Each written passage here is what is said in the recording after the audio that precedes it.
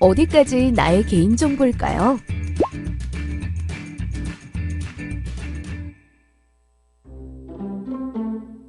요즘 SNS에서 개인정보 유출에 대한 위험도가 높아지고 있다는데 나는 SNS를 잘 사용하고 있었는지 한번 볼까? 저의 이름은 정준하예요. 이 시대의 워킹맘. 직장에서는 멋지게 일을 하고 가정에서는 좋은 아내, 좋은 엄마가 되기 위해 노력하는 사람이랍니다.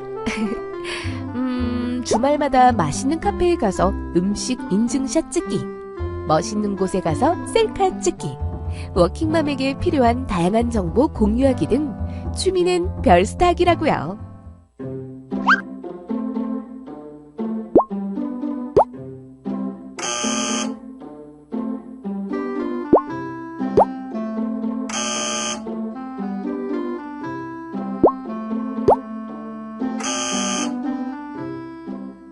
예전에 올렸던 사진에 알게 모르게 개인정보가 많이 노출되어 있었네. 무심코 찍어서 올린 사진이었는데 이러다가는 내 사생활 침해까지 발생할 수 있겠어.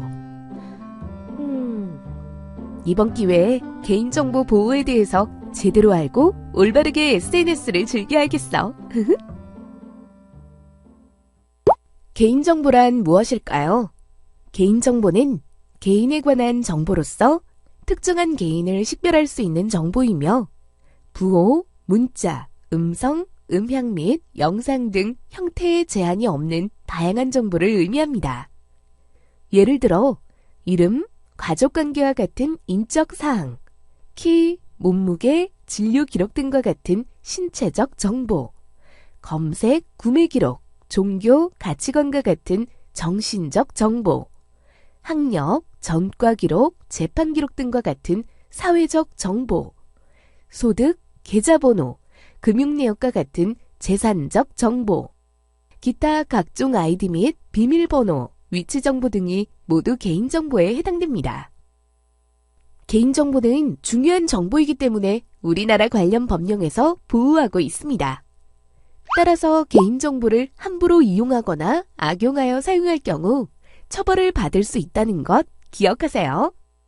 뿐만 아니라 여러분들이 자주 사용하는 계좌정보나 가족정보 등 해당 정보만으로는 특정 개인을 알아볼 수 없지만 다른 정보인 이름, 주소 등과 쉽게 결합하여 특정 개인을 명확히 알아볼 수 있다면 개인정보에 해당됩니다. 그리고 해당 정보만으로 개인을 식별할 수 있는 주민등록번호, 운전면허번호, 외국인 등록번호, 여권번호와 같이 고유 식별 정보도 모두 개인정보에 해당됩니다.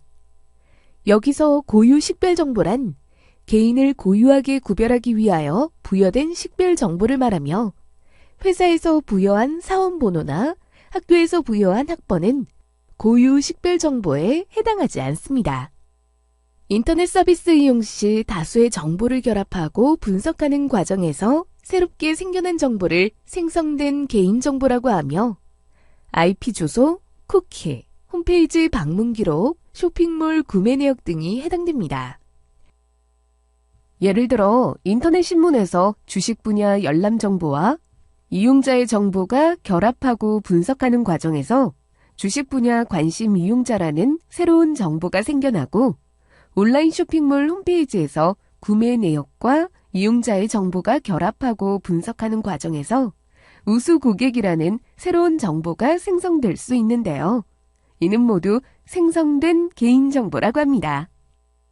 자, 이번엔 개인정보를 이용한 서비스에 대해서 살펴보도록 할까요? 정보통신기술의 발전은 생활, 산업, 행정 등 사회 전 영역에서 변화를 선도하는 핵심적인 요소로 우리의 일상생활을 보다 편리하게 만들어주었는데요.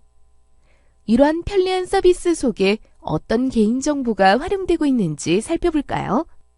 스마트폰 위치 정보는 콜택시 앱, 내비게이션 앱 등의 서비스에 활용되고 있고 배달음식 주문 내역은 선호식품 세일 정보 안내 서비스에 활용되고 있습니다.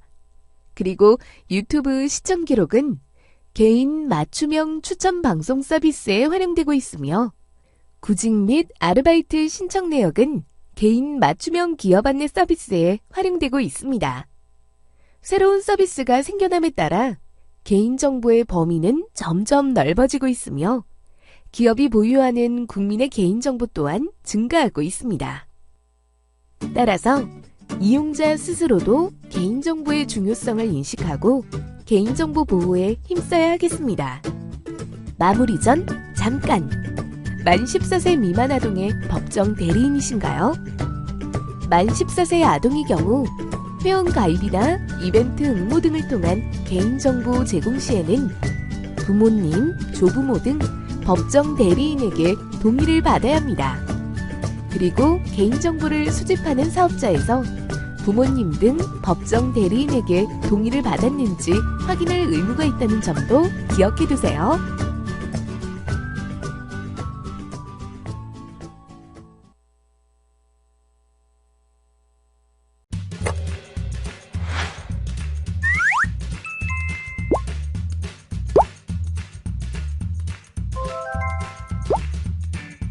개인정보 유출 사례와 대응 방안 알아보기.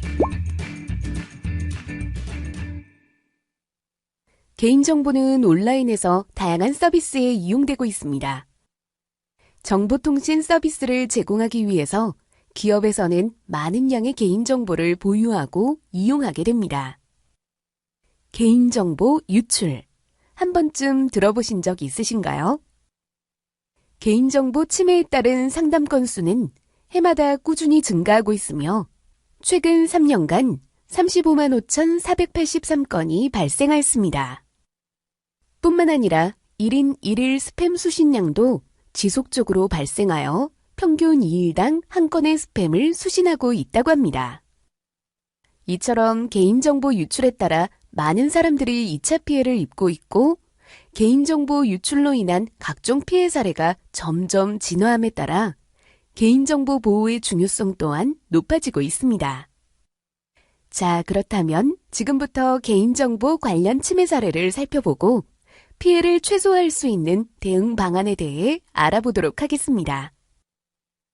정보통신 서비스를 제공하는 기업에서 많은 양의 개인정보를 보유하고 이용하면서 카드사 개인정보 유출, 스마트폰 앱 개인정보 유출, 통신 3사 개인정보 유출, SNS 개인정보 유출 사고가 있었습니다. 이러한 기업의 개인정보 유출 사고 및 침해 사고의 규모는 점점 증가하고 있으며 강화된 정부의 규제에 따라 과징금 금액 또한 점점 커지는 것을 확인할 수 있습니다. 이러한 개인정보 유출 사고는 단순히 유출해서 끝나지 않고 2차 피해로 이어지고 있습니다. 불분명한 링크를 포함한 택배 확인 문자, 지인의 돌잔치, 결혼 문자 등을 클릭하면 피해자가 모르는 사이에 소액 결제가 이루어지거나 개인, 금융정보를 탈취하는 스미싱, 검찰, 통신사, 은행 등을 사칭하여 계좌번호, 카드번호, 송금을 요구하는 보이스 피싱, 급여 통장을 가장한 온라인 뱅킹 계좌 개설, 무카드 거래 서비스 가입을 요구하는 대포폰, 대포통장 개설 등 피해가 발생되며 결제하지 않은 내역의 금액을 청구하는 금전적 피해까지 발생하고 있습니다. 개인정보 유출이 기업에서만 발생하는 것은 아닙니다. 개인의 부주의로 인해 개인정보가 유출되기도 합니다. 며칠 전 평소 필요한 물건을 싸게 공동구매할 수 있다는 SNS 글을 확인했습니다. 공동구매 이벤트입니다. 아는 분을 통해 싸게 구매하는 것이니 의심 많으신 분들은 피해주세요. 한 세트에 2만 원, 세 세트 구매 시 4만 원에 구매 가능하세요. 선착순 5세트입니다. 비밀 댓글이나 쪽지로 이름, 주소, 연락처, 아이디, 원하시는 수량, 입금 예정인 계좌번호 보내주세요. 사람들 상품평도 좋고 금액도 정말 싸고 놓칠 수 없는 기회라고 생각했죠. 이렇게 공동구매를 신청하고 금액을 입금한 후에 송장 번호까지 받았습니다. 그런데 며칠이 지나도 물건은 받지 못했습니다. 판매자와는 연락도 되질 않았죠. 사기 당한 걸까요? 최근 SNS, 블로그, 카페 등을 통해 공동구매나 중고거래를 하는 경우가 늘어나고 있습니다. 정상적인 거래가 이루어지는 경우도 있지만 금전적인 이득만 취하거나 필요 이상의 개인정보를 수집하여 스팸 문자, 스팸 메일, 사칭 등 개인정보를 2차적으로 이용하는 사례도 발생하고 있어 이에 대한 각별한 주의가 필요합니다. 개인정보 제공 시에는 최소한의 개인정보만 제공해야 하며 공개된 인터넷 사이트에서는 개인정보를 공개하지 않아야 합니다. 또한 중고거래 및 결제 시에는 안전성이 검증된 결제수단 이용을 권장합니다. 다음 사례는 최악의 청년 실업률과 함께 기승을 부리고 있는 취업 사기에 이용된 개인정보 제공 사례를 살펴보겠습니다. 평소 취업 사이트에 입사 제한이 가능하도록 이력서를 등록해 놓은 나진격 군에게 취업 합격 통보 메일이 날아옵니다. 축하합니다. 귀하는 저희 회사에 적합한 인재로 함께 일해보고 싶습니다. 본인 확인을 위하여 주민등록등본, 이력서, 급여 통장으로 사용하실 통장 사본과 체크카드, 출입증 제작을 위한 본인 사진을 첨부하여 보내주시길 바랍니다. 나진격 군은 기쁜 마음에 큰일라 컴퍼니 주소로 주민등록등본, 통장 사본, 이력서, 본인 사진을 메일에 첨부하여 보냅니다. 그러나 이는 취업난을 악용한 사례로 큰일라 컴퍼니는 구직자들의 개인정보를 이용하여 대출, 대포통장 제작, 대포폰 생성으로 이득을 취합니다. 꼭 기억하세요.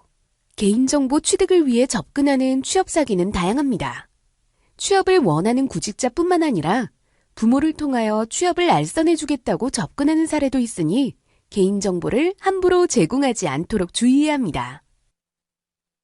특히 자녀의 취업을 알아봐주겠다며 접근하여 금품과 이력서를 요구하는 경우 짧은 시간에 많은 돈을 벌 수 있는 아르바이트라며 인터넷 사이트 아이디와 패스워드를 요구하는 경우 이력서만으로 합격을 통보하며 면접이나 근로계약서 작성 전 통장 사본과 계좌번호 등을 요구하는 경우 개인정보를 제공하지 않도록 유의해주세요.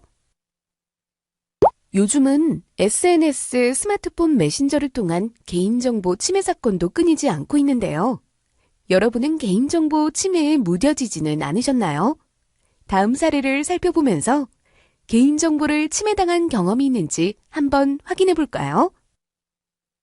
스마트폰 메신저의 오픈 채팅방에 들어갔는데 성인임을 증명하라며 주민등록증을 요구했습니다. 주민등록증 사진을 찍어 올렸으나 오픈 채팅방에서 강제 퇴장당하였습니다. 모르는 사람에게 비밀씨? 톡 보고 연락드려요라는 메시지가 왔습니다. 한 명이 아닌 단체 채팅방에 초대되기도 합니다. 제가 작성하지 않은 게시물이 SNS에 등록되어 있었습니다. 뒤늦게 주변 지인을 통하여 상황을 전달받았습니다. 다음과 같은 상황이 발생한 경우 SNS 및 스마트폰 메신저를 통하여 개인정보가 유출되었을 가능성이 높습니다. 개인정보의 공개 범위는 개인 스스로가 선택하는 것입니다. 개인정보 유출로 2차 피해를 입지 않도록 신중히 공개 범위를 설정해야 합니다. 자, 그럼 저와 함께 안전한 SNS 및 스마트폰 메신저 사용법을 알아볼까요? 첫째, SNS 및 메신저에 등록하는 개인정보는 최소한으로 입력하세요.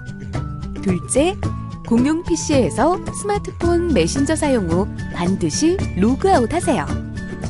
셋째, 스마트폰 구입 후에는 기존 스마트폰의 데이터를 영구 삭제하세요. 그리고 마지막으로 프로필 정보 가능한 최소한으로 공개하세요. 어떠신가요? 모두 숙지하셨나요? 그렇다면 우리 함께 바로 실천해 보도록 해요.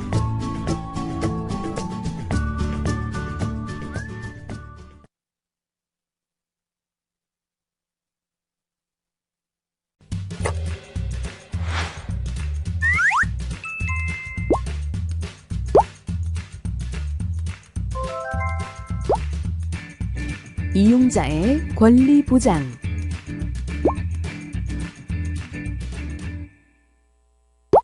정보통신 서비스를 이용하는 이용자는 자신의 개인정보에 대한 자기결정권을 가지고 있습니다.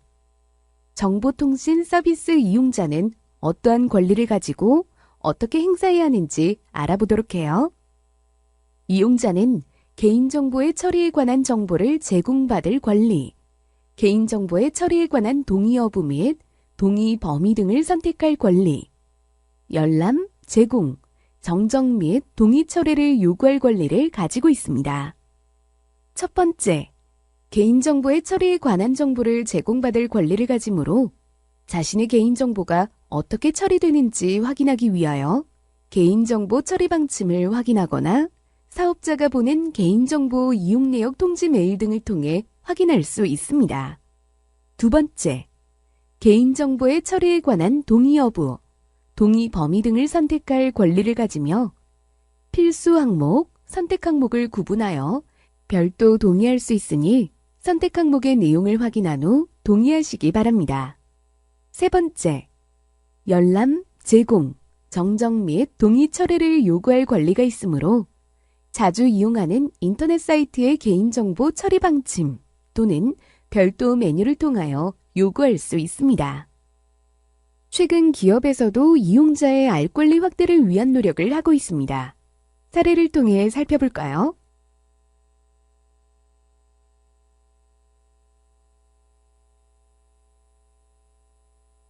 다음은 개인정보 처리 방침입니다. 인터넷 홈페이지나 어플리케이션 하단에 개인정보 처리 방침에는 개인정보 수집 목적, 보유 및 이용기간, 이용자의 권리, 개인정보 보호 책임자 연락처 등을 확인할 수 있습니다. 개인정보 처리 방침은 자주 이용하는 사이트의 첫 화면 하단 개인정보 처리 방침을 클릭하면 내용을 확인할 수 있습니다. 두 번째, 인터넷 사이트에서 수집하는 성명, 생년월일, 인터넷 쿠키, 위치 정보 및 결제 기록 등의 개인정보 항목을 확인합니다. 세 번째, 해당 인터넷 사이트에서 개인정보를 이용하는 목적을 확인하는데 회원관리, 이용자와 회사 간의 의사소통, 더 나은 서비스를 제공하기 위해 개인정보를 이용하는 경우가 있습니다. 마지막으로 궁금한 사항은 처리 방침 내 개인정보 보호 책임자 혹은 담당 부서에 문의할 수 있습니다. 참고해 주세요. 그리고 개인정보를 수집하여 이용하는 사업자의 경우 개인정보의 수집 이용 목적 및 수집한 개인정보 항목, 개인정보를 제공받은 자와 제공 목적 및 제공한 개인정보 항목, 개인정보 처리 위탁받은 자 및 처리 위탁 목적을 전자우편, 서면 등을 통해 연 1회 이상 주기적으로 이용자에게 통지해야 합니다. 여기서 대상 사업자는 전년도 말 기준 직전 3개월간 개인정보가 저장 관리되고 있는 이용자 수가 1일 평균 100만 명 이상 또는 전년도 정보통신 서비스 부문 매출액이 100억 원 이상입니다. 개인정보 이용 내역은 사이트 메뉴를 통해 확인하거나 이메일을 통해 확인할 수 있습니다.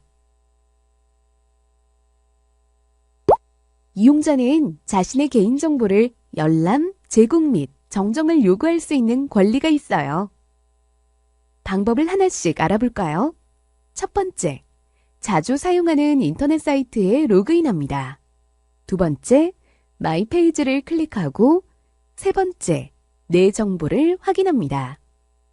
그리고 네 번째, 정보에 오류가 있는 경우 회원 정보 수정 메뉴를 클릭하여 정보를 수정 후에 저장 버튼을 클릭하여 수정된 내용을 저장합니다.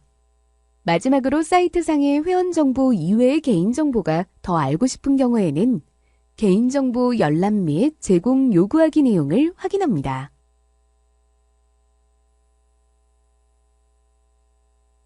만약 개인정보 열람 제공을 요구하였으나 사업자가 필요한 조치를 하지 않은 경우에는 최대 3천만 원 이하의 과태료가 부과될 수 있습니다. 다음은 개인정보에 대한 동의 철회 요구하기입니다. 이용자는 사업자에게 동의한 개인정보의 수집, 이용, 제3자 제공 등에 대한 동의를 언제든지 철회할 수 있는 권리가 있는데요. 가입한 인터넷 사이트의 회원에서 탈퇴하는 것은 개인정보에 대한 동의를 철회한 것으로 볼 수 있습니다. 탈퇴 방법을 살펴볼까요? 먼저 자주 사용하는 인터넷 사이트에 로그인하고 마이 페이지를 클릭하여 회원 탈퇴를 클릭하면 됩니다. 마지막으로 개인정보가 노출되어 피해를 받았거나 개인정보 상담이 필요할 땐 1년 365일 24시간 언제든지 키사 118 사이버 민원센터로 전화하세요. 예를 들면 가입을 권유하는 광고 전화, 회원 탈퇴한 사이트에서 홍보 문자를 수신하는 경우 이벤트 당첨 명단에 나의 이름, 연락처, 이메일 등 과도한 개인정보가 게시된 경우 등이 해당돼요. 그리고 온라인 개인정보보호 포털 사이트에서 개인정보보호 소개, 기술 지원, 개인정보 신고, 개인정보보호 교육, 자료실, 정보광장 등의 서비스를 이용할 수 있다는 것도 꼭 기억하세요. 자, 그럼 개인정보를 보호하는 방법을 살펴볼까요? 스마트폰 앱 설치 시에는 접근 권한이 필요한 항목 및 그 이유를 확인하고 동의해야 하며 필수적 접근 권한과 선택적 접근 권한을 구분합니다. 음악 앱 설치 시의 접근 권한 고지에 대한 예시 내용을 살펴보세요. 선택적 접근 권한의 허용에는 동의하지 않아도 서비스의 이용이 가능하다는 점 아시죠? 또한 앱의 접근 권한 설정을 확인할 수 있는데요. 스마트폰 설정에서 앱 메뉴를 통해 앱 정보 페이지로 가면 해당 앱에 접근할 수 있는 권한을 확인할 수 있습니다. 비밀번호를 설정할 때는 이름, 휴대폰 번호, 연속된 숫자 등 예측하기 쉬운 숫자나 단어는 사용하지 않으며 설정한 비밀번호는 주기적으로 변경해 주는 것이 좋습니다. 또한 비밀번호는 영문, 숫자, 특수문자를 조합하여 8자리 이상으로 설정해야 합니다. 온라인 금융거래 이용 시에는 공용 PC를 통한 금융거래를 자제하고 공용 PC 내 공인인증서를 사용했을 경우 즉시 삭제해야 하며 온라인 금융거래 이용 시 휴대폰 문자 알림 서비스를 설정합니다. 또한 모바일페이 서비스 이용 시 지문 인증을 사용합니다. 마지막으로 스미싱 예방을 위해서는 출처가 확인되지 않은 문자 메시지의 인터넷 주소는 클릭하지 않고 스마트폰용 백신 프로그램을 설치하고 주기적으로 업데이트하며 이동통신사의 부가 서비스를 활용하면 소액 결제 시 2차 비밀번호 설정 및 차단이 가능하니 참고해주세요. 지금까지 살펴본 개인정보 보호 방법을 꼭 숙지하시기 바랍니다.